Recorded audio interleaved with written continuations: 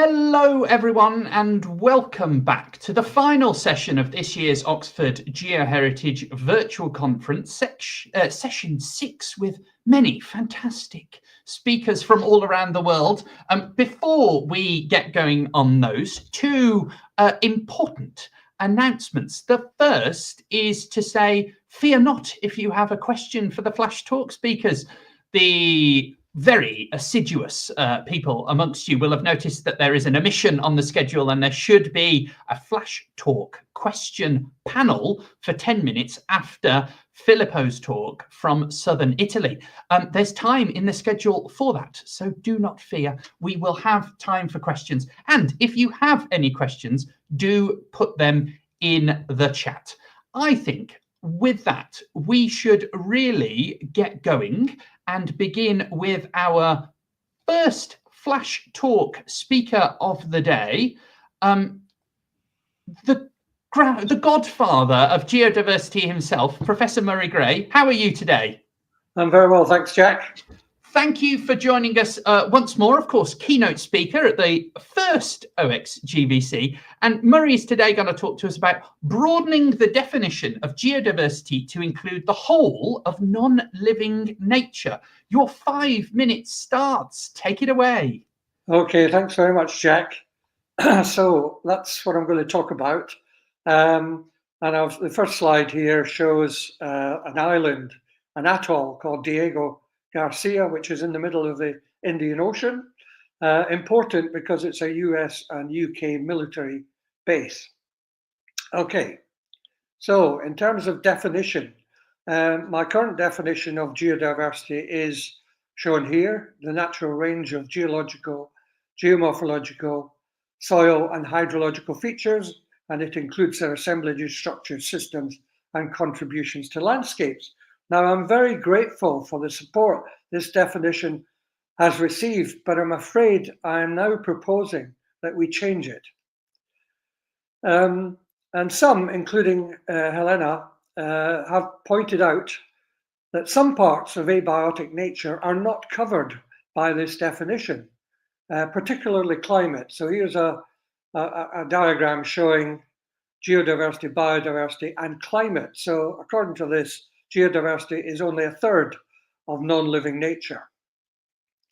So they've proposed that it should include climate. Ocean floors are included, but not ocean water. So to include atmosphere and oceans makes sense both scientifically and politically. First of all, they're both huge and influential parts of the global system, both being part of the hydrological cycle. They're both part of geoscientific diversity, which is the way I interpret geodiversity. Rather than being geological diversity, I think of it now as geoscientific diversity. They both support a huge biodiversity. Geodiversity doesn't stop at the coastline, and politically, we could then truly claim that geodiversity is the oft forgotten half of nature. Now, many other definitions exist, including one by Halverson, 2000, but I'll come to that later.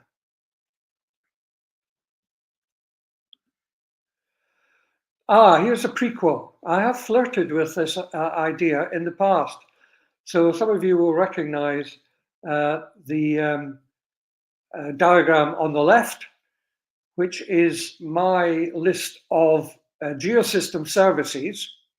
And the first of those geosystem services was atmospheric and oceanic processes, including dynamic circulations, atmospheric chemistry, air quality, climatic regulation, and the hydrological cycle.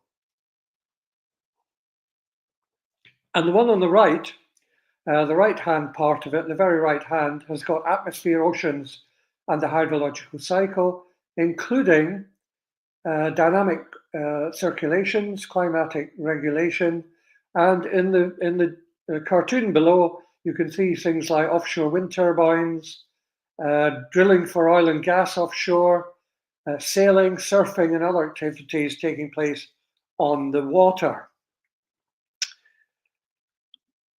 So I'm therefore now proposing that the definition of geodiversity is broadened to include atmosphere and oceans. And I've listed here some items of the atmosphere, atmospheric diversity that would be included, and on the right, aspects of the oceanic diversity that might be included. So modifying my definition, it might become the natural range diversity of geological rocks, minerals, fossils, rocks, minerals, and fossils, geomorphological diversity, landforms, topography, physical processes, soil and hydrological features, plus atmosphere and oceans. It includes our assemblages, structures, systems, and contributions to landscape. Or by modifying Halvorson's 2020 definition, it might become all the abiotic features of natural variation, including the lithosphere, pedosphere, atmosphere, hydrosphere, and cryosphere, and including their processes, structures, systems, assemblages, and contributions to landscapes and seascapes. In other words, what I'm proposing here is that geodiversity should refer to the whole of non-living nature. Thank you very much.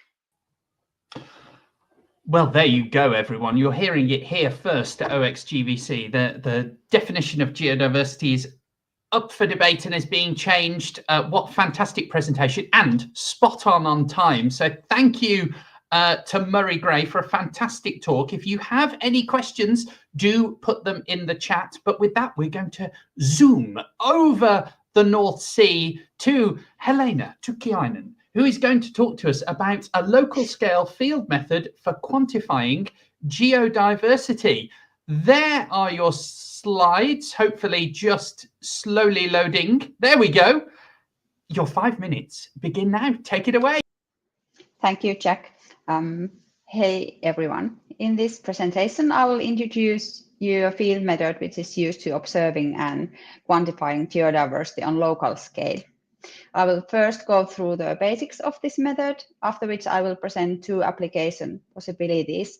The details of this method can be found in the research article that our group has published and which can be freely accessed online. The main idea of this method is to observe visually the different geodiversity elements or geofeatures that are present at the study site. The study site can be, for example, a circle that has a radius of 5 or 10 or 25 meters. And from this study site, the researcher observes all the geological, geomorphological, and hydrological features that are present inside the circle. In this bar graph, you can, for example, see the geofeatures that we found from our study sites in northern Finland. The field method does not need any fancy devices, and you don't have to be an expert geologist to be able to make the geofeature observations. In the most basic setting, one person can go in the field with a GPS device for locating the sites and then making the observations, although it is recommended that the observer uses a shovel or simple soil probe for sediment type and granulometry observations.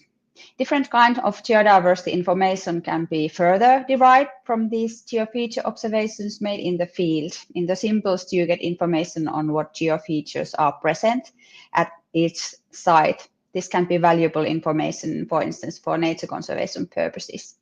The geofeature data can also be further analyzed and used for different applications, of which I will present 2 examples in the following 2 slides. First, geodiversity analysis, and then ecological applications in biodiversity analysis. The field data tells us which geofeatures are found in each study site. This data can be further used in creating a variety of geodiversity variables which describe the local scale geodiversity of the study area. As an example, here you can see a summary of our study where we quantified different measures of geodiversity in Rokua UNESCO Global Geopark in Finland by using the field method as the means of field data collection. We calculated different measures describing site level or alpha geodiversity, regional or gamma geodiversity, and between site or beta geodiversity of different landforms. And the results of these calculations showed that there were distinct patterns in geodiversity of these landforms. For example, alpha geodiversity, or the number of different geofeatures, was higher on larger study sites of 25 meters radius. And as an opposite, beta geodiversity, or the difference in geofeatures between sites, was higher in the smallest study sites with 5-meter radius in some landforms. The results that we got from this study, they encouraged us to explore geodiversity from different perspectives by using the field collected data as a basis for these calculations. The data that is collected with this local scale geodiversity field method can also be applied in investigating and managing biodiversity. Actually, the original purpose of this field method has been to use it together with biodiversity observations from the same study sites. With several publications that are already published and as well as several ongoing research, we have already witnessed the efficiency of the geodiversity field method in ecological research. As an example, here is an empirical study where we explored how geodiversity that is measured with the field method is linked to the species richness of vascular plants, mosses, and lichens in mountain heath and tundra regions. Our analysis results show that there are statistically significant positive relationships between plant species richness and geodiversity in continuous mountain heath and tundra landscapes in northern Finland. Although the examples in my presentation were from north, the field method for measuring local scale geodiversity can be applied in various environments, and it can be complemented and further applied in a variety of settings, from geodiversity research to management and conservation. I'm looking forward to seeing different applications of this method in the upcoming years. Thank you for your attention. Thank you so much, Helena, for a fantastic talk. We're going to stick with the theme of geodiversity and biodiversity interacting. We're going to welcome Lyra onto the stage. How are you? I'm okay, thank you. Fantastic. Then you are going to present on us in 5 minutes how geodiversity impacts species trait distribution. Your 5 minutes begins now. Hi everyone, so I'm a PhD student from Anglia Ruskin University. My name is Lyra Lewis, and today I want to talk about how understanding the landscape and its relationship to the visual species characteristics, we can safeguard the landscape and biodiversity at the same time. As we know, the environmental conditions, notably climate, shape species distributions. In recent years, we have seen an increase in the native and non-native species at higher latitudes because they're becoming more tolerant to that climate than the native species, which is causing a decrease in native biodiversity. So if we can better understand the traits and the landscape relationships, we can begin to limit these wide biodiversity changes. That is why I decided to focus on native and non-native plants here in Great Britain. I predicted that the species that existed here the longest, such as the native species traits, would have stronger correlation to the landscape features that contribute to geodiversity, such as the soils, the rock types, and the river length. And then the non-native species, depending on when they were introduced, historic being prior to 1500 AD, would have those intermediate correlations to the landscape when it comes to their traits. And then recently introduced non-native species would have a weak or non-existent correlation. So to generate these Pearson correlations to measure the strength of associations, I needed to know where these species occurred, which were calibrated to 1 kilometer grid squares using the Botanical Society's Britain and Ireland records for the past 30 years.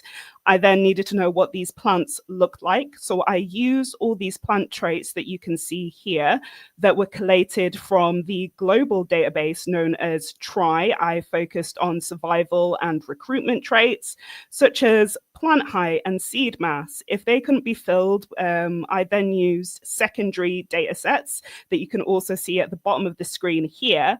And then after that, if they were still not filled to a complete data set, I used an imputation process that is known as MICE.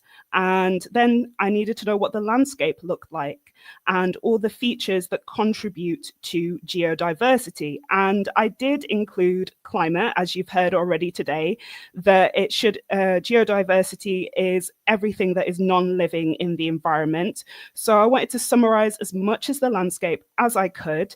So therefore I included 27 different traits from features, for geodiversity, from geological to climate and hydrological. The results from this, an example of one of the traits known as seed mass, was that native species, had more significant correlations shown by the yellow bars than compared to historic non-native species, shown here in grey, and recently introduced non-native species, shown in blue.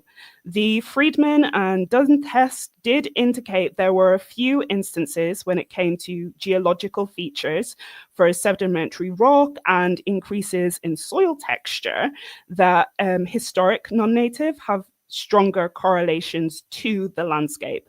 These can be linked to that these particular features are more associated with dispersal vectors such as cliffs and human interactions such as trade transports that could be better suited to non-native species seed mass and explain these stronger correlations.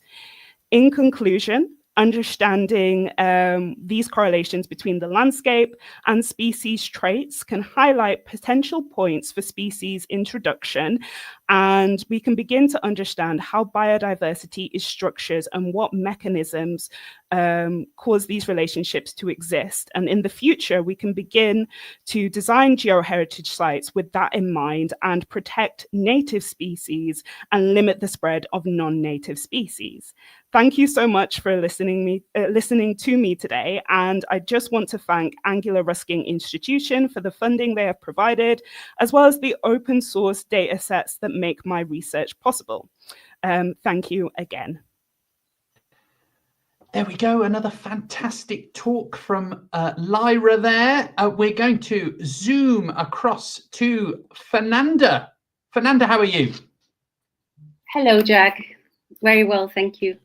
Excellent. We hear you loud and clear, and you're going to talk to us in 5 minutes about the geobiodiversity and integrative approach to natural sciences. Your flash talk begins. Take it away. Thank you. Hello, everyone. Good morning from Mexico. My name is Fernanda, and I will share the concept of geobiodiversity and integral approach to natural sciences. And this comes from my PhD research, which is on the very close relationship between volcanic rocks and life, and as well as two multidisciplinary projects, one Franco-Mexican Ecos North, which is making sense in natural diversity, as well as GeoCity, which is studying the Xitle volcano lavas in Mexico City from a cultural, biological, and geological perspective.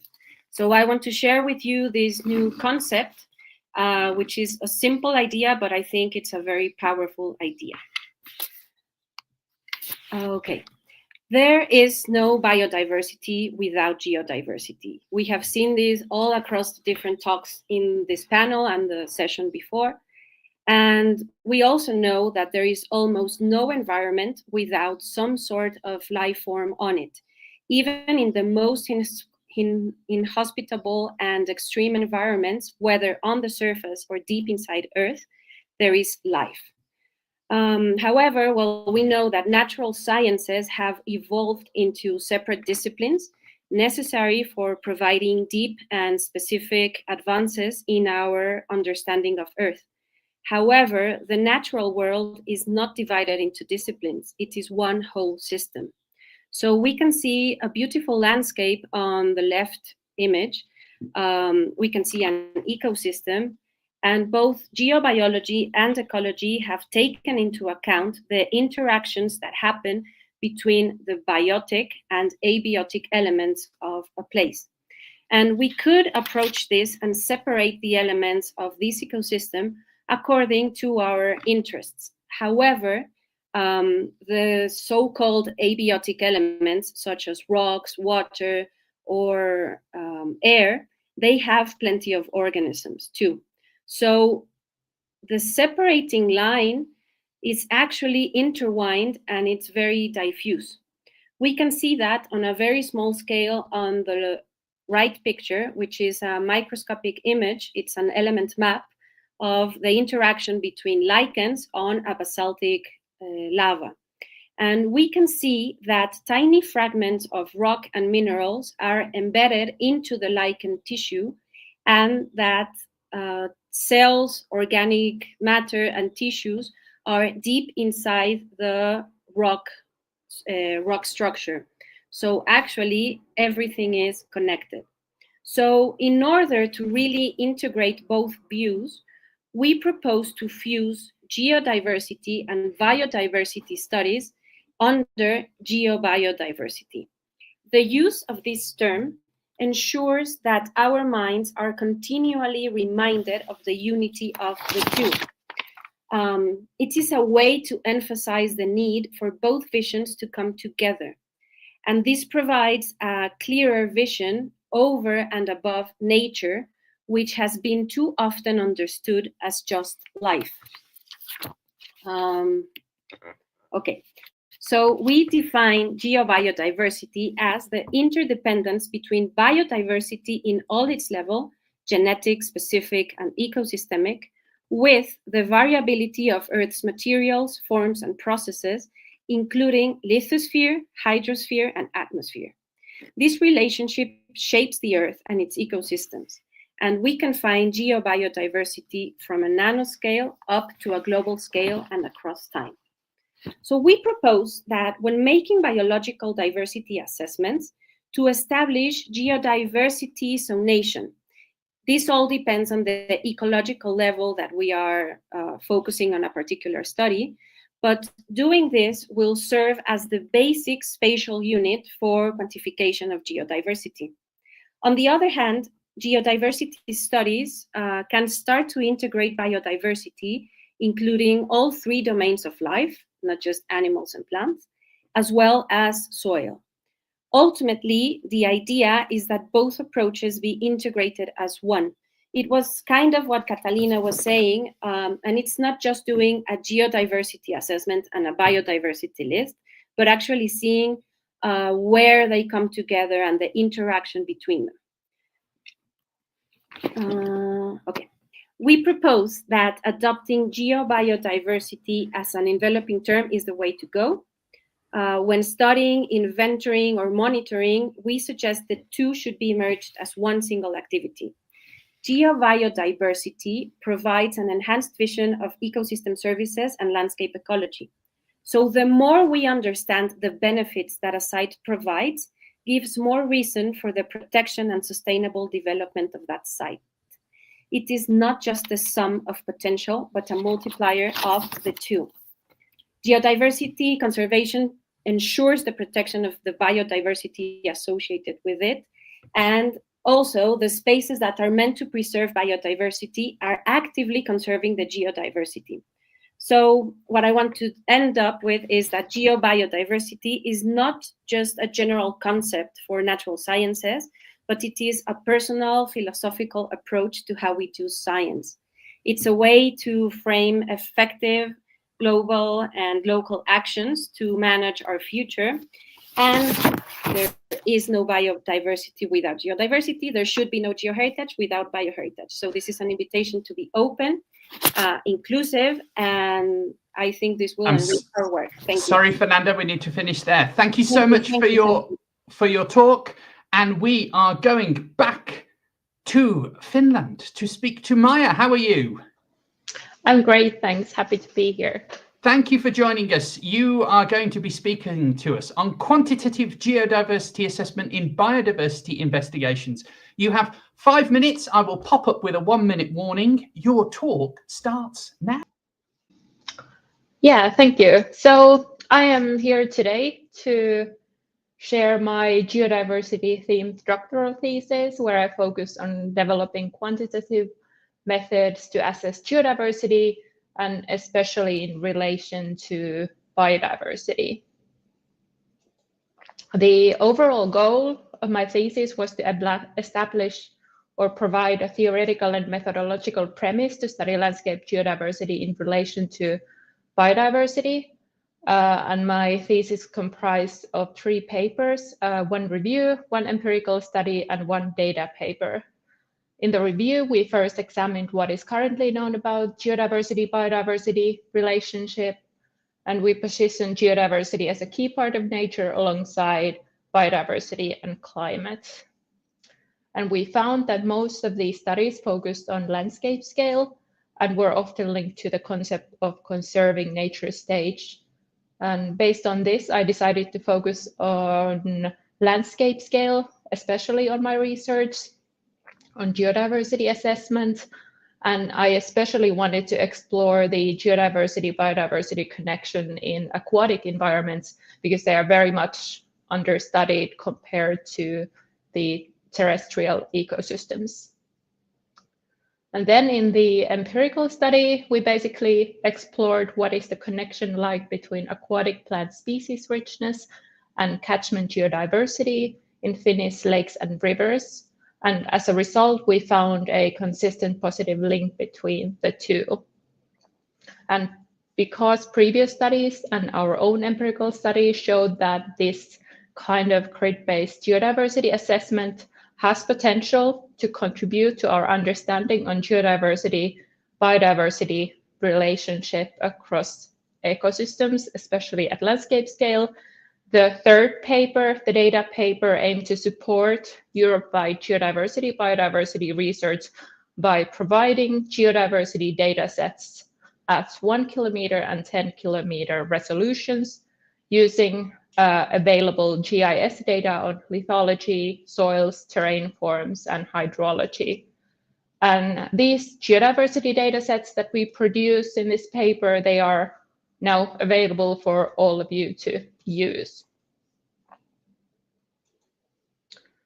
But yeah, a key part of my thesis was using this grid-based approach to assess geodiversity.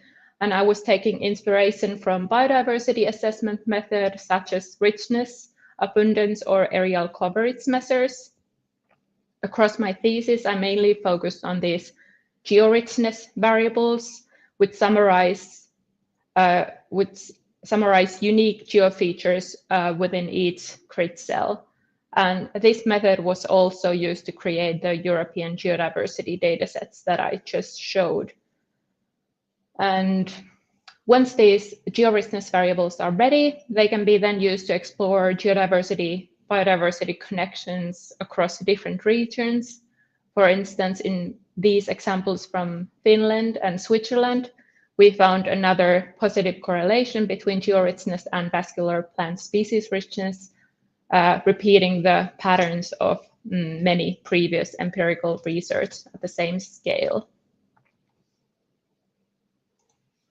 But in conclusion, I think that my thesis provides a quite nice introduction to anyone interested in the geodiversity-biodiversity relationship.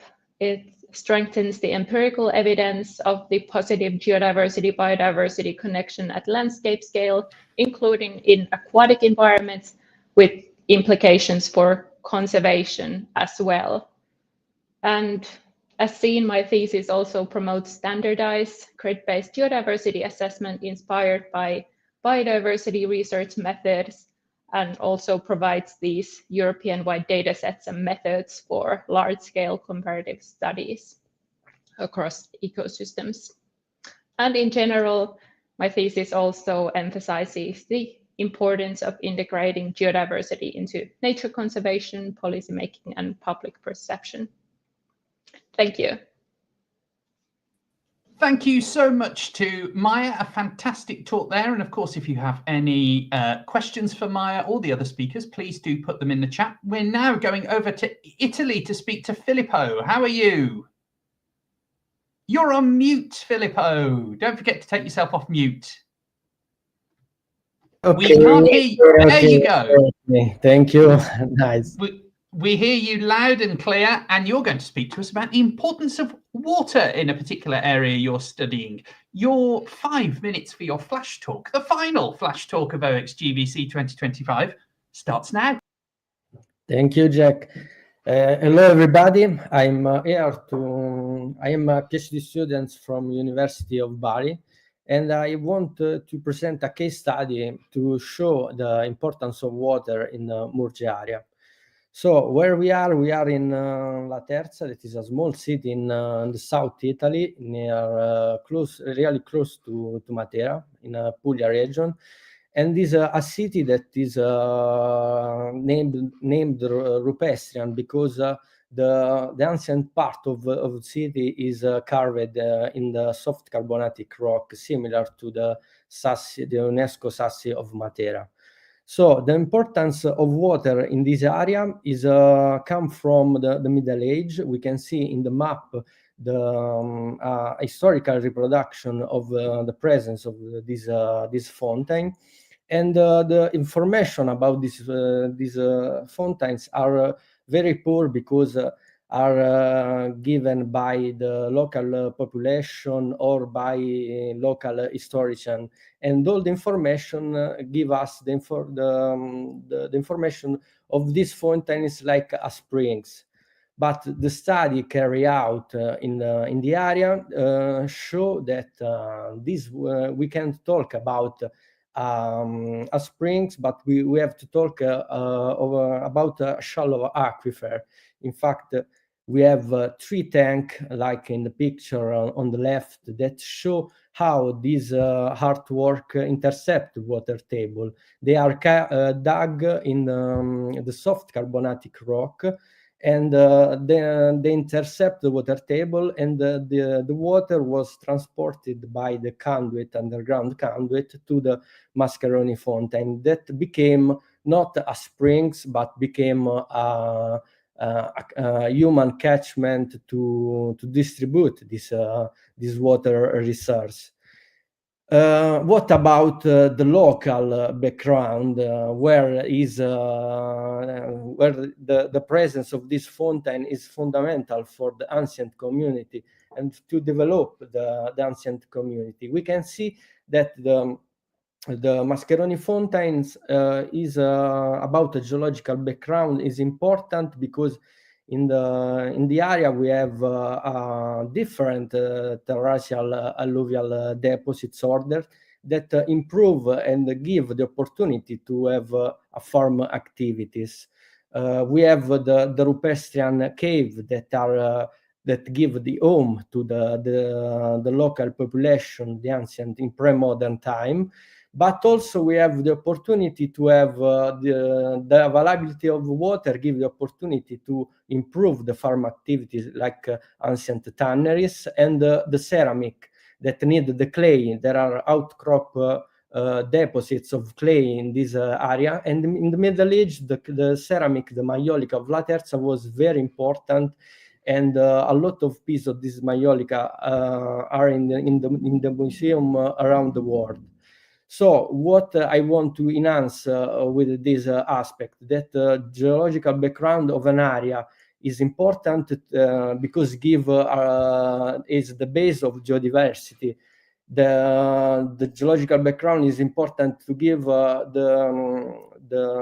to flourish a rich biodiversity, and but it's very important also for cultural diversity, because the background, like I showed this case study, give the opportunity to formation of different aspects, like are the ecosystem services, where the local population and the ancient population establish the community in this area because of this availability of resource and this geological background. So I thank you for the attention and enjoy the conference. Thank you so much to Filippo there. Fantastic talk, introducing a very important topic to us. I'm now going to introduce all of our speakers from the first part of session 6 back onto the stage, so we can do some some Q&A, and there is Murray and Fernanda. I think I've got everyone correctly there. Just a reminder to everyone, you've got a few more minutes to ask any questions if you have any. I'm going to start with a question for Murray.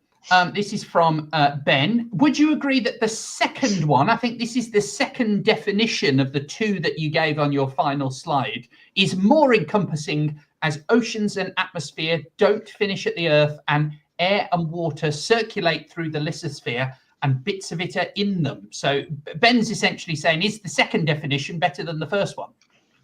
Well, I think I prefer it, yes, because it's, as you say, it's all encompassing, but it does lose some of the local detail, such as geology, rocks, minerals and fossils, geomorphology, landforms, topography, physical processes and so on. So it does come at a cost, I think. It's an important point. And another question from Ben, this time to Lyra, asking about the relationship that you talked about, and is it perhaps that biodiversity had an evolutionary effect on geodiversity, is the way Ben puts it. What do you think about that question? I think that's a great question, and it is definitely a two-way street when it comes to the relationship between biodiversity and geodiversity. But particularly in my study, I chose to focus on those traits where it was geodiversity was having that effect. I think it would be great in the future if we could look at the other way as well, the way biodiversity affects geodiversity as well. So I hope that answers your question, Ben. Excellent. Thank you so much there. Let's go to Lubo for a question to Helena. Thank you very much for an interesting presentation. Did you test how does the method result vary depending on different observers? Thank you for the question and the comment. That's a really good question. We have had the same people collecting the field data in a specific study set up this far, and this is the most efficient way of ensuring the comparability of the data across certain data set. But however, we have also used this method for several years in our physical geography field course, with approximately 20 students attending the field course each year. And the method has worked there. Of course, there's some variation in the observations based on the observers. The results from field course show that the method works very well also with varying observers. But the key thing is that the observers have had a sufficient introduction using the method, and that there is enough guidance in applying the method in the field, especially in the beginning when the observations are starting. Excellent. And we've got a question here for Fernanda. I'll put it to Fernanda first, but I think this is a good discussion point on. Question from Michael. There's recently been proposals to make the definition of nature more inclusive to explicitly include geodiversity. Do you think that your suggestion of geobiodiversity would be different to that? I think so. We are aware of that. The thing is that the word nature, the term nature, is understood very differently by a lot of people. It's very widely used, and using geobiodiversity is like, there it is in your face, and it's like a way to emphasize this relationship. It has been starting to be used in literature, but we had no definition, so that is what we are proposing. So the meaning is pretty much the same, but they use, words are important, and the terms we use are important. So this is a way to ensure that we are transmitting the message that we want to say. And Maya, as someone who's been doing research now on the interface between geodiversity and biodiversity, do you have any thoughts on the geobiodiversity concepts that Fernanda presented on? Yeah, I agree with Fernanda that words are very important, and that was a good point that nature is used very variedly. Like it is used in plain language, it is used in scientific language, and it all pretty much always have a different meaning depending on who is writing the word or speaking about nature. So especially in scientific language, I think the words are important and we need definitions. So that was a good point from Fernanda. And to Filippo, you've talked about the relationship between water and geodiversity today. Do you think some of the concepts that the other speakers have mentioned, Murray has talked about broadening the definition of geodiversity, and Fernanda has talked about the geobiodiversity concept. Do you think those are useful, or do you think water needs even more representation? Yeah. The water is the symbol of this transition between the term of nature, geodiversity, biodiversity, because thanks to the water we have a different biodiversity in the area, but the presence of water is given by the geological background. So all these terms are in a boundaries that are the same framework. So I think that the most important things is understand the territory, understand the geological background and the biodiversity of an area, and try to give the protection and educational project also to reveal this aspect for the local population and for geotourism, that is not a tourism like we think with AV tourism, is an educative tourism. So these are the purpose which we have to work about. Excellent, excellent. Well, thank you again to all of our Flash Talk speakers. Excellent presentations and fantastic Q&A there as well. And I'm sure if you'd like to know more at home, you can find more about those abstracts and the email addresses if you want to email these people to continue the discussions. So at that point, we're going to move to our final 3 talks of the day. And we're going to start with key geoheritage areas. Professor Bria, how are you? Hello, Jack. How are you? I'm fine, thanks. Very good. Good to see you today. You're going to be talking about the so-called KGAs, one more step forward, and you have very many co-authors there as well. I'm going to give you a 1-minute warning at 13 minutes. We're very much looking forward to hearing this. José Bria, take it away. Thank you, Jack. Congratulations for the organization of this meeting. Yeah, I'm very excited to see so many different presentations given by young people from many countries. So I am very optimistic about the next years on research on geoheritage and geodiversity. So today I'm going to give an update about this initiative that is being prepared already for some years, which is the key geoheritage areas.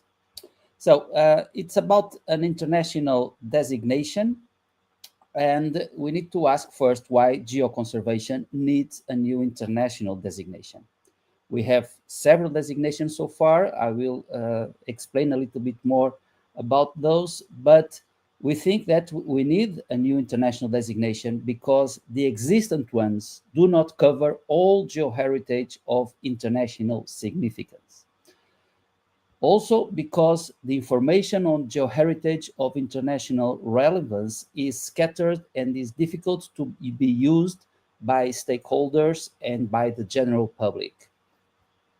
Geoheritage is still an alien topic outside the geoscientific community, and this is the cause for geoconservation is rarely included in nature conservation policies and strategies.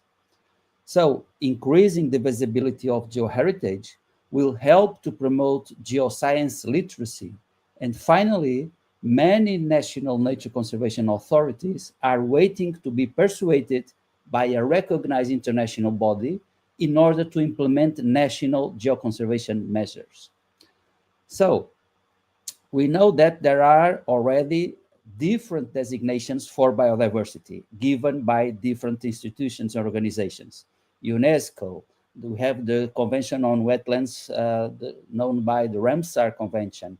We have the Convention on Biological Diversity, we have IUCN, we have the key biodiversity areas, we have Natura 2000 network in European Union countries. So there are a lot of designations for biodiversity. But for geoheritage, we are limited to 2 organizations.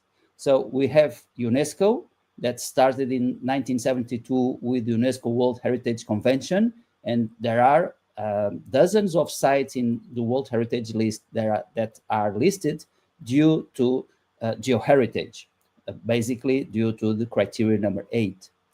And since 2015, we are now celebrating the 10th anniversary of the new program, the UNESCO International Geoscience and Geoparks Program. So these are 2 initiatives from UNESCO that contemplates geoheritage of international significance. We have the second organization, which is IUGS, that started in 1977, recognizing sites for their importance in the geological timescale. So we are talking about GSSPs mainly. So they started in 1977, and more recently, in 2022, they started a new designation known as the Geological Heritage Sites. So, and this is what we have recognizing geoheritage at the international level. So how this new initiative started? Well, on April 2018, the Geoheritage Specialist Group, which operates under the World Commission of Protected Areas of IUCN, decided to head the KGA in its working plan. So in the next year, in 2019, 3 organizations that are member of IUCN, they submitted a motion to the Congress of IUCN, and this motion was approved, and the resolution decided to request the Director General and WCPA to support the development of a study envisaging the establishment of a future IUCN initiative on key geoheritage areas. So this was in 2019. In 2021, it was established a working group exactly to develop this study that was requested by IUCN. In July 2023, this study was sent for public consultation. And finally, very recently, in December 2024, these guidelines were finished. So what is a key geoheritage area as they are defined in these guidelines? Well, first, the main aim of this initiative is to recognize and maintain geoheritage values of international significance and to communicate and promote this information in order to foster their conservation and advance geoconservation worldwide. The KGA designation, as I said before, intends to overcome some limitations of existing designations. A key geoheritage area, so, is an area with well-defined boundaries where significant geological features, rocks, minerals, fossils, sediments, soils, landforms, and landscapes represent past or ongoing Earth processes contributing substantially to the global understanding of the planet's history and its life support system, and provides opportunities for increasing public awareness, knowledge, and understanding of geoheritage conservation. In addition to their scientific value as geoheritage, KGA may also have supporting other values like the cultural, ecological, aesthetic, or educational. Okay, in order to be designated as a KGA, a site should represent one or more of these 3 main criteria: representativeness, rarity, and type or key locality. But these 3 criteria should be supported on evidence and scientific knowledge and with the consideration of its integrity, a requirement that should be met and monitored from the moment of the designation. The international significance of a KGA is justified by the exceptional value of geological features that are associated with at least one of these geological themes. And it's not globally considered, but it is considered at the regional, geographical, and geological context where the KGA is located. In terms of governance, we followed a little bit the model that was used by the key biodiversity areas, based on a partnership where we will invite other organizations that are relevant for the purpose of KGAs in order to build a structure that basically will manage the whole initiative. And we have bodies that we have here on this table, the KGA Council, which is constituted by representatives of each one of the organizations that are members of the partnership. We will have an executive committee with 6 to 10 members. We will have 12 scientific committees, one committee per each theme that I showed you before, made by 6 to 10 experts. We will have an advisory committee with 6 members, and finally the secretariat. Sorry. So who can submit nominations for a KGA? Well, international and national organizations can send nominations for a KGA, geological surveys, public administration bodies, for instance, the national organizations and national agencies that manage nature conservation in each country. They can send nominations for the KGA Secretariat. And in addition, individuals, local and indigenous communities, and NGOs also could send proposals for KGAs. And in this case, they have to have a support letter from an international or national professional organization or the Geological Survey. Right, next steps. So the guidelines will be published very soon on the 21st of March. So this month, 21st of March. Why? Because it is the day to celebrate the first World Glacier Day. And we want to remind people that glaciers, of course, are very important features. And some of the glaciers that we have today, of course, they fulfill the criteria to be considered as a future KGA. So this is the cover of the KGA guidelines. They will be published by IUCN as a number of the issues paper series from WCPA, and it will be free available or download after the 21st of March. So please feel free to read it. A motion will be, it was submitted for the next IUCN General Assembly that will happen in October this year. And this motion basically is asking IUCN to formally establish this new international initiative.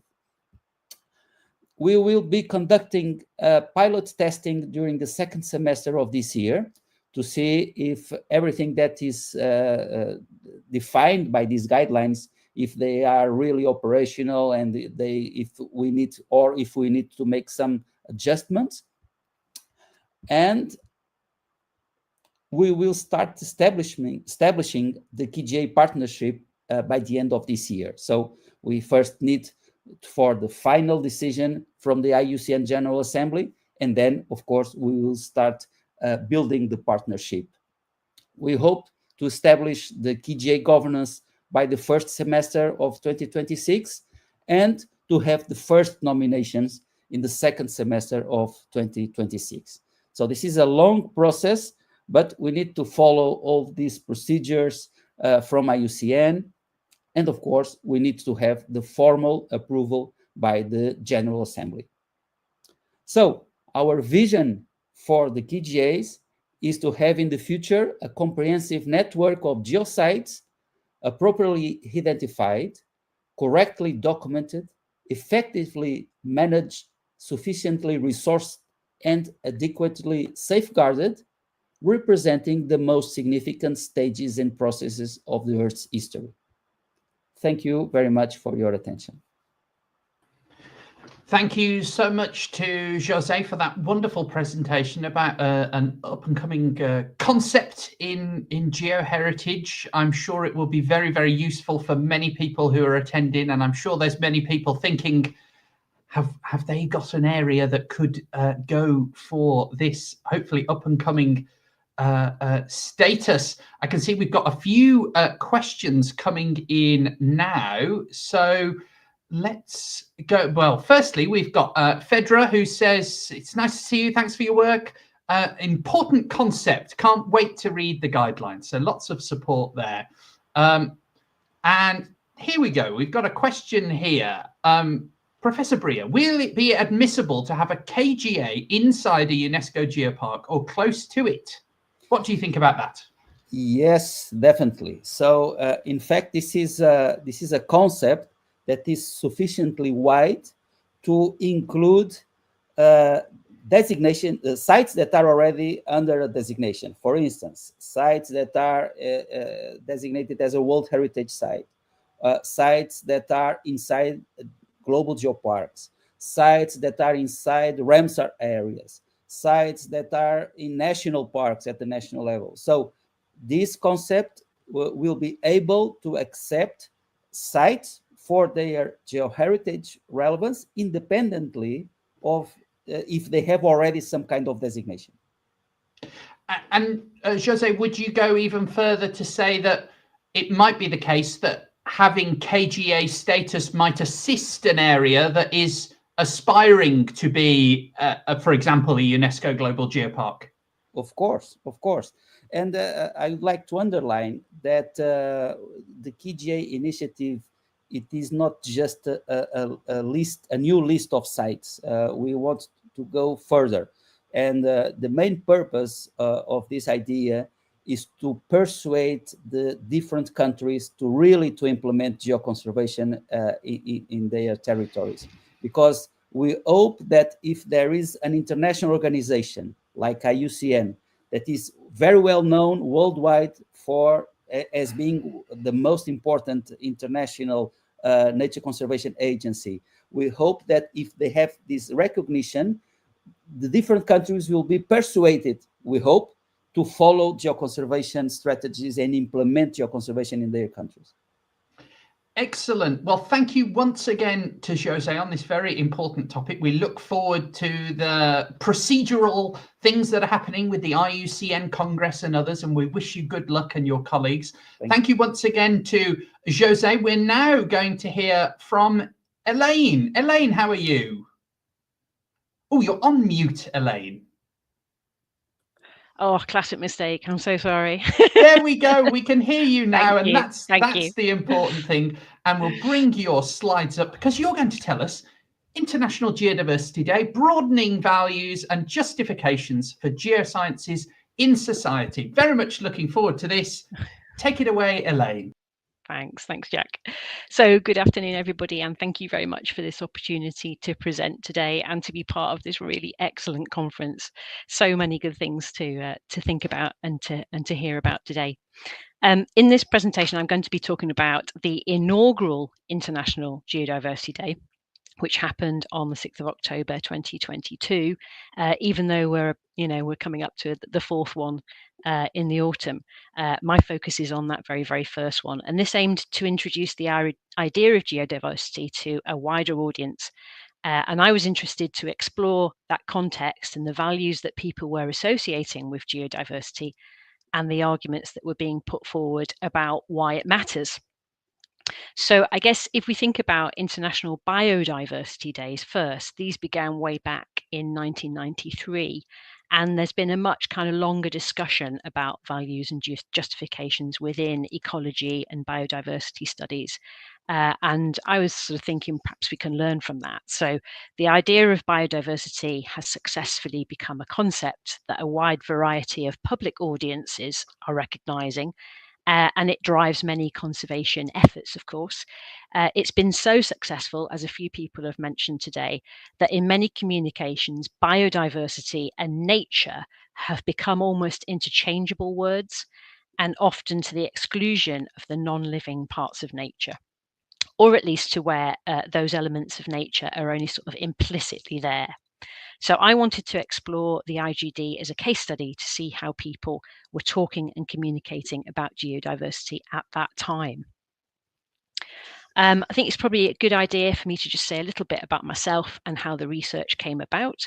I want to make it clear that I'm not a geologist, I'm a geographer by training, and after a long career in teaching, I've been given an opportunity to work with the Open University in the UK, researching for a PhD on a project called Written in Stone. And this project is one of a growing number using social science techniques to investigate aspects of nature and conservation, again, as a few people have mentioned and referred to at the conference. On the slide here, we can see the main aims of the Written in Stone project. So I'm working with a UK heritage and conservation organisation called the National Trust to develop a way to assess social, economic and environmental benefits from the geodiversity within their historic and countryside properties, and to be able to benefit their visitor audiences from that understanding. And so far, I've visited the 5 National Trust properties that you can see on the map. And those visits have involved gathering resources and conducting interviews with National Trust staff and volunteers. And it was at the very start of the PhD project that the inaugural IGD event happened. It was actually in my very first, second week, I think it was, into my PhD project. And so through the case study, I was hoping to characterize the context in which National Trust could develop its own communications around geodiversity.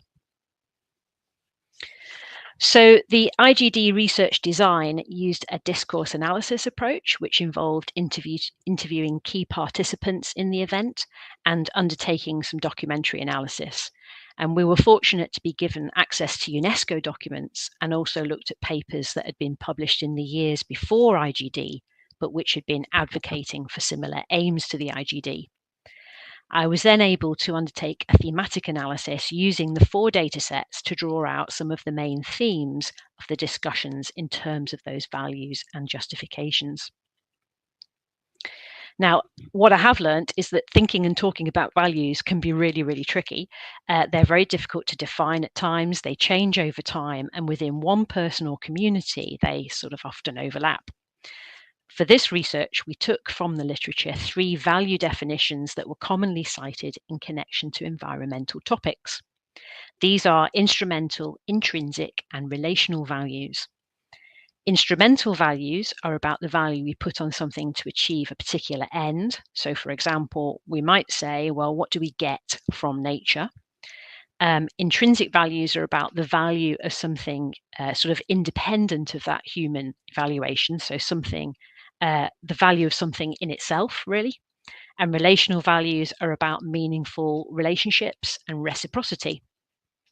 So using those definitions, it was possible to create word clouds from the interview transcripts that gave insight into how these values were connecting with geodiversity.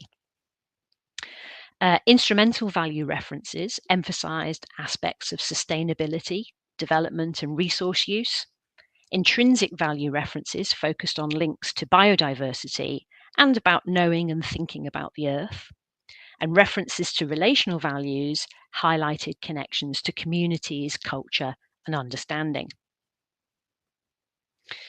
And when we looked at how these values were articulated across the data sets, a values hierarchy started to emerge. All of the data sets showed instrumental values predominating, focusing on the usefulness and the benefits of geodiversity for people. And that's shown here in the blue bars. And for most of the data sets, intrinsic values were secondary, and the smallest proportion of references were about relational values. However, within the interviews, where people were talking more about their experiences of geodiversity, relational values had a higher proportion of references than intrinsic values. So what might this mean? Well, this slide shows a visualization of these values from a recent paper discussing the biodiversity discourse. The 3 value categories are shown as equally important on the diagram, but relevant in different ways to living on the Earth. and their reach and their overlaps are shown by those lines extending out from each value heading. For a long time, instrumental and intrinsic values were often set up in opposition to each other in discussions about biodiversity conservation. And instrumental values underpin the influential ecosystem services framework, which guides a lot of effort and policy.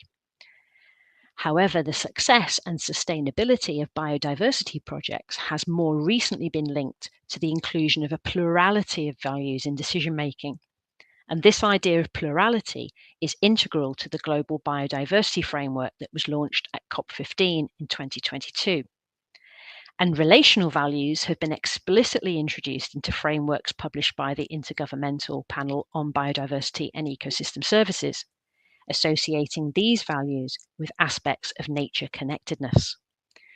We suggest that similarly, a more deliberate attention to relational values in public geocommunications could help broaden the appeal of geodiversity beyond the academic and professional communities to become more mainstream and to be seen by more people as an explicit part of nature.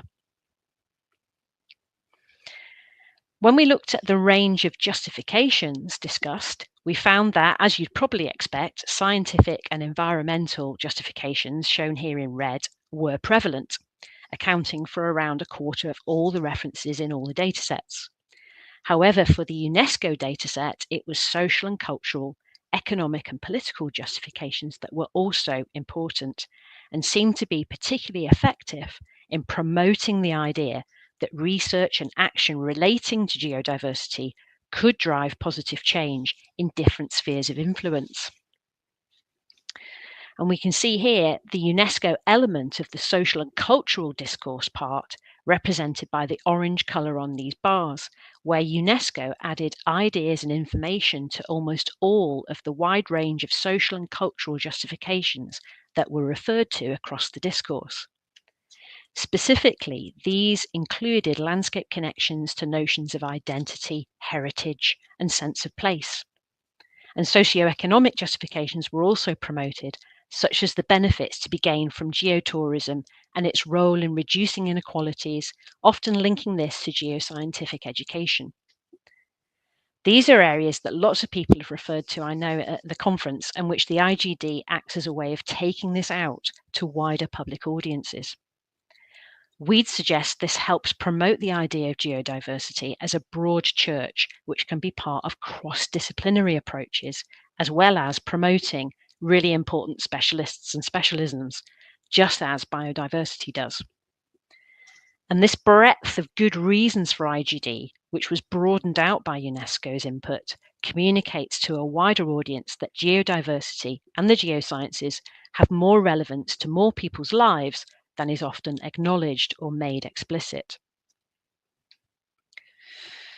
Here are some examples of more recent communication activities from the UK that talk about the value of geodiversity in those instrumental, intrinsic, and more relational ways. We could see this, I guess, as engaging heads and hearts.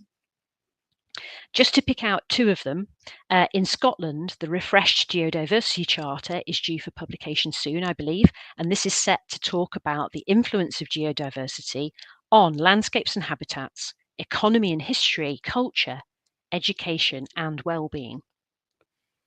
The National Trust has worked with the Poet Laureate in the UK, Simon Armitage, in Yorkshire, to explore relationships with the wonderful Brimham Rocks formations and bring these to life through poetry and workshops. And we've heard many more examples at this conference, for example, today from Nuno, Patricio and Catalina. Following on from this, we argue that continuing to develop ways of talking about geodiversity that speak to a plurality of values and which draw on wide ideas of relevance could help more people see geodiversity as that half of a more holistic view of nature.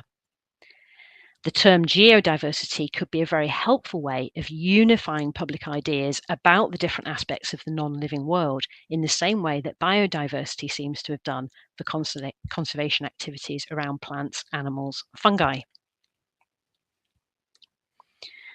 Ooh, Sorry.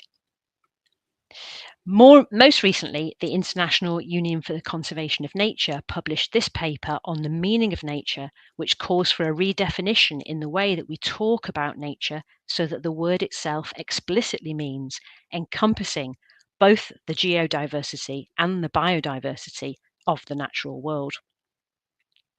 So communication and engagement strategies involving a wide range of groups and organisations will be influential in continuing to shape this concept of geodiversity. And we hope this research contributes at least some helpful insights. Thank you very much for listening.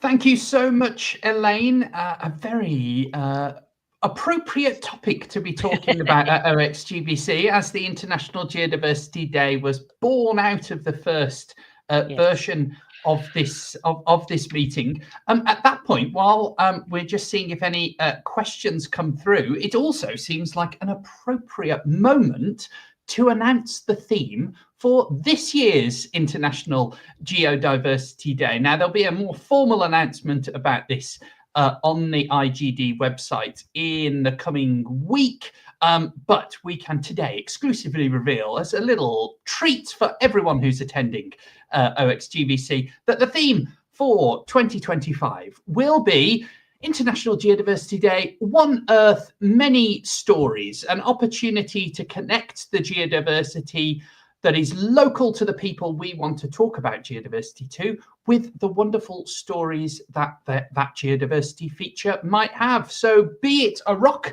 like this wonderful Ordovician granodiorite with a fantastic xenolith in it, or the soils, the landscape features, or the many new features that Professor Gray has added into geodiversity just this very day.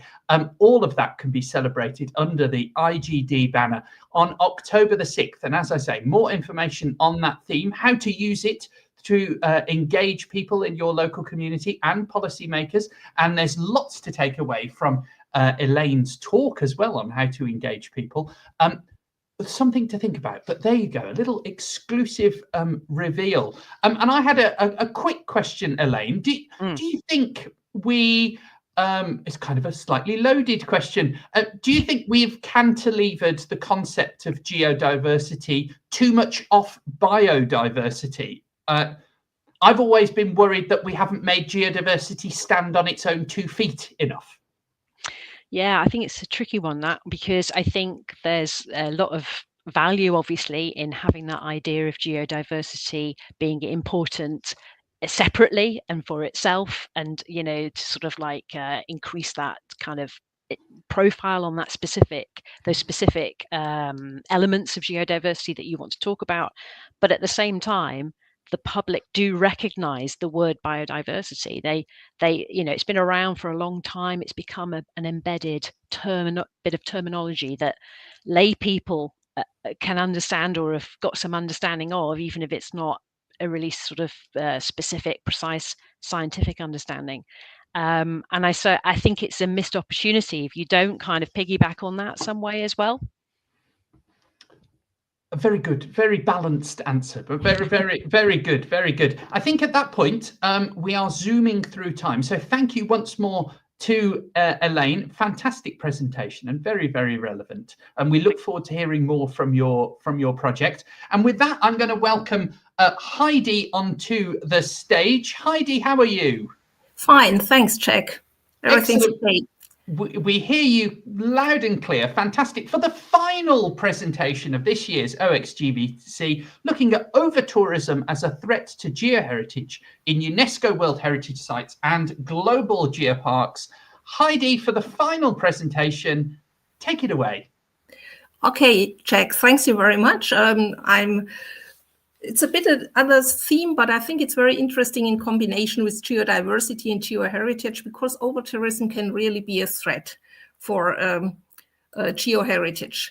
So if we are talking about over-tourism, what is over-tourism? That's tourism which exceeds several limits, like physical, ecological, social, etc. limits. And you see here one slide from Barcelona where inhabitants are protesting against tourism.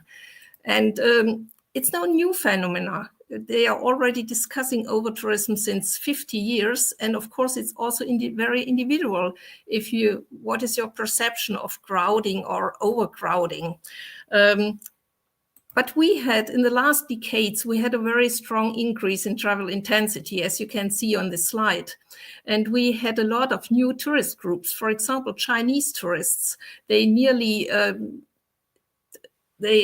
tenfold more in the last 20 years, and is still a pushing for growth despite all the sustainability debate. And one problem is that the destination areas can control tourism only to a limited extent, and the residents, and of course also the natural surroundings, the landscape, bear the main burden, but residents are hardly involved in tourism planning. So if you talk about overtourism, then very often you are talking about urban tourism, as we have seen on the slides before. But increasingly, it's also affecting rural areas. And it's not cities, but rather rural areas like coasts and islands that are most vulnerable to overtourism. As you see here on the slides on Iceland, all these people photographing the little small puffins. So we already heard a lot about geoheritage. So I took the definition of Crafts et al., what geoheritage comprises. And we try to protect geoheritage in our UNESCO global geoparks, in our European geoparks, and as José pointed out, in the KGAs. And of course, we try to protect it because geoheritage and geodiversity had a lot of values, like scientific value, if you see the Mer de Glace in France, like educational value, aesthetic value, spiritual value, like you see Uluru in Australia, and of course also intrinsic value. So what's the connection between UNESCO, World Heritage and tourism? Of course, if some area has a World Heritage label, has a UNESCO label, it will attract large number of tourists because you think that will be very interesting to go there. And it's positive normally for the regional economy, for the awareness of this heritage, sometimes also for the protection and understanding between people of different countries and cultures. But of course, it's negative, like overcrowding, damages, etc. And if you see here, it's again a picture from a city, from Venice. You won't be an inhabitant of Venice, but you also did not want to be a tourist in this crowd.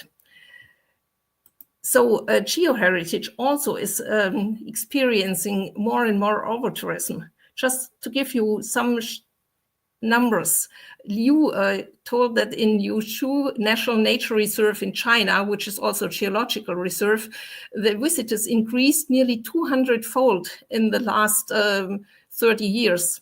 And you see the picture, there are more than 5 million people who hiked Mount Fuji in 2019, which is a rise of 3 million from 2012. And if you look at that, you can't not experience the special geoheritage of Mount Fuji if you are in a crowd like that. A wonderful example is also Iceland, where you had 500,000 tourists 2010, and 8 years later you had over 2 million tourists. You remember the pictures I showed you before, so that's a lot of tourists coming to these areas. So what might be the damages for geoheritage if you have these overtourism? Of course, you have littering. As you can see on the small picture on the left, there's people taking garbage out of a sinkhole. Then, of course, you have site deterioration. You have erosion, especially trail erosion. You have graffiti, like you can see it from Saxony. And you have the removal of fossils and minerals, which was the beginning of the geopark movement, like you see here in Lesbos area. If everybody takes a small part of these fossilized wood, you can count when there are no fossilized wood anymore. So we will look at this for 3 examples. Perhaps you know the World Natural Heritage Site Plitvice Lake in Croatia. It's a very beautiful but also very vulnerable karst landscape. And there also you have more than 1.5 million visitors per year. And these visitors concentrate in a small part of the area and also in a small in the main season. And then at the same time, you have a lack of sewage system and wastewater treatment, which is very dangerous in karst areas. So already the exclusion from the World Heritage list was discussed for this area. And you have another, I'm a bit a specialist on karst area, so you have another karst area in Turkey, Pamukkale, which is just beautiful. And you have more than 3 million visitors which come to a region which is in the backcountry of Turkey, which does not get much visitors otherwise. But the problem was that in the beginning, there was no awareness of the sensitivity of this ecosystem. So they built hotels directly in the terraces. The cinder terraces were used as swimming pools, as you can see here. They put a road across the terraces, and of course, they changed the water supply. And like this, wastewater entered directly into the terraces. You had eutrophication, you have algae growth, and then you see the terraces below, how they looked like after a certain time.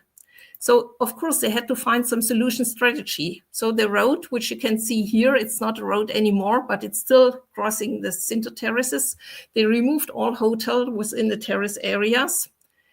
They did sort of a visitor guidance system with some very small information panels, and they did some official bathing sites which were outside of the cinder terraces, of course. So still there is some information and guidance system lacking, and there's still no limitation of visitors. So you still have overtourism, but nevertheless you have some significant improvements, and hopefully you can save Pamukkale cinder terraces.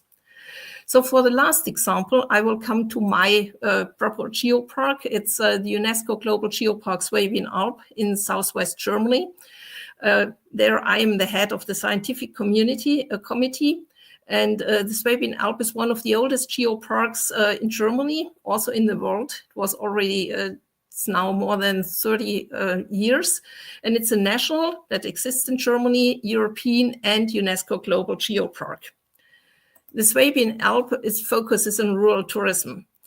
2019, it had a record with nearly 6 million overnight stays and was the fastest growing tourism region in our BW's Baden-Württemberg, our federal state.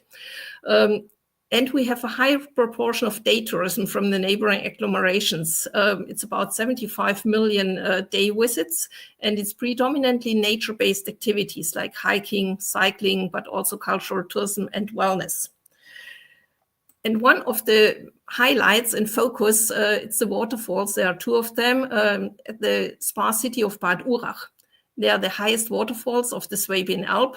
And beside there is one, it was get the acknowledgement of one of the most beautiful hiking trails in Germany. And so already before, when Geopark started, and we also have a biosphere reserve there, a nature protection area, these waterfalls were a concentration of tourism. So we are looking in the scientific studies for more than 20, 30 years, the development at these waterfalls. And then we had a very special situation during the Corona pandemic. As in Germany, you were allowed to you couldn't travel and stay overnight, but you could do day trips. So here you see in 2020 how visitor numbers climbed up because it was the only thing you could do. And then the entrance pass to the waterfalls was blocked, and we even had police on horseback to keep all the visitors who were coming to the waterfalls, to keep them back. But didn't work. The people came nevertheless. And here you see that's a sort of local overtourism. So we had thousands of visitors coming to these not too big waterfalls, and you already see a lot of problems like site deterioration, erosion. The plants are touched on the side. So there was also a clear change in the visitor profile on the Swabian Alb. The average age fell. The visitors were much younger. The visitors were perceived as less nature-orientated. And there were more groups who otherwise preferred trips abroad. And people from the surrounding areas who normally did not go out in nature. So they did not now know how to behave in nature and what to do and what not to do in nature. Of course, there were, like you might see here, some small signs that you are not allowed to cross the water. And this normally should be a calcareous tufa. And you see the man standing here is totally destroyed. And people didn't, because there were too many. So trail regulations in the UNESCO Global Geopark were not respected. And what was very interesting, we had a study when a ranger was there, it was much more respected than if there was no ranger to be seen. So we also asked the people if they could see some damages to these waterfalls, and was very interesting that they could not see. It was only a small proportion of people who saw that there were damages on these waterfalls, on these calcareous tufa. And if you asked what damages did you see, it was mostly, well, we saw garbage. There's too much littering there. So here I show you how normally calcareous tufa looks like. Should look like, and how it looks like because of these trampling damage and erosion on and overtourism beside the waterfalls at Bad Urach. And that's also something which we had on a questionnaire, that we asked how sensitive are mammals and plants, etc., on trampling damages. And a lot of people said, well, yes, animals and mammals, of course, they are vulnerable, but stones are not vulnerable to trampling damage. So we have still to do a lot of education methods. So to come to the conclusion, UNESCO Global Geoparks and also European geoparks, which are all also UNESCO Global Geoparks, they have outstanding geological values, but normally also very high vulnerability. And they adhere a high number of visits. Sometimes at some places will all the negative aspects of overtourism, as you see here again, 2 pictures from Iceland. And Corona worsened the situation at some destinations where you could travel. And this means that geoparks must develop strategies to protect themselves from the consequences of overtourism. And this includes also that perhaps they have to limit visitor numbers, and they have to do strict rules on visitor behavior. UNESCO already has implemented a number of projects around the world to address overtourism at the local level. And one example is World Heritage Journeys, created in partnership with National Geographic, a web platform that encourages people to travel to lesser-known World Heritage sites, especially in Europe. So that was a very short overview on overtourism and geoheritage. Thank you very much. If you would like to read some more, then if you read German, that's the first German book on geotourism, which I published last year. And here you have some impressions of the Swabian Alp without overtourism. And thank you very much for listening. Dankeschön, Heidi. A fantastic talk there, and what a wonderful topic to finish the meeting on there. And lots of people in the chat saying, carrying on the discussions from earlier today and enjoying the talks as well. Unfortunately, we don't have any time for questions, but thank you once again to Heidi. A very good insight and a useful talk that people can apply not only to geoparks, but to many different areas in the world. Perhaps we'll see that also being used in the KGAs that Jose mentioned earlier on. So thank you again to Heidi for being our final speaker of OxGVC 2025. At that point, all it remains me to say is thank you so much to so many people. Firstly, I need to thank my fellow organisers, to Helena, to Lubo, and to Lucia. Thank you so much for all the time you have given to making this event possible. Also, thank you to the Oxford Geoversity Museum of Natural History and Charnwood Forest Geopark for their continuing support that allows this event to go on.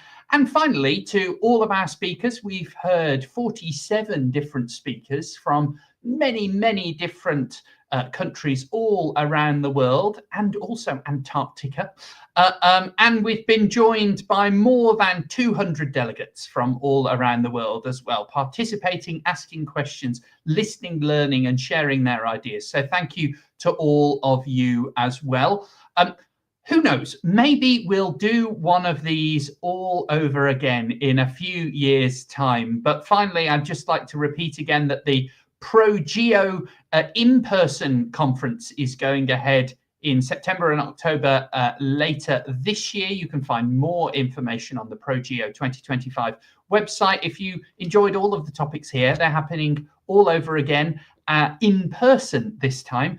And finally, just thank you all over again. It doesn't happen without people turning up. So we hope you enjoyed it, and maybe we'll see you again for another Oxford Geoheritage Virtual Conference.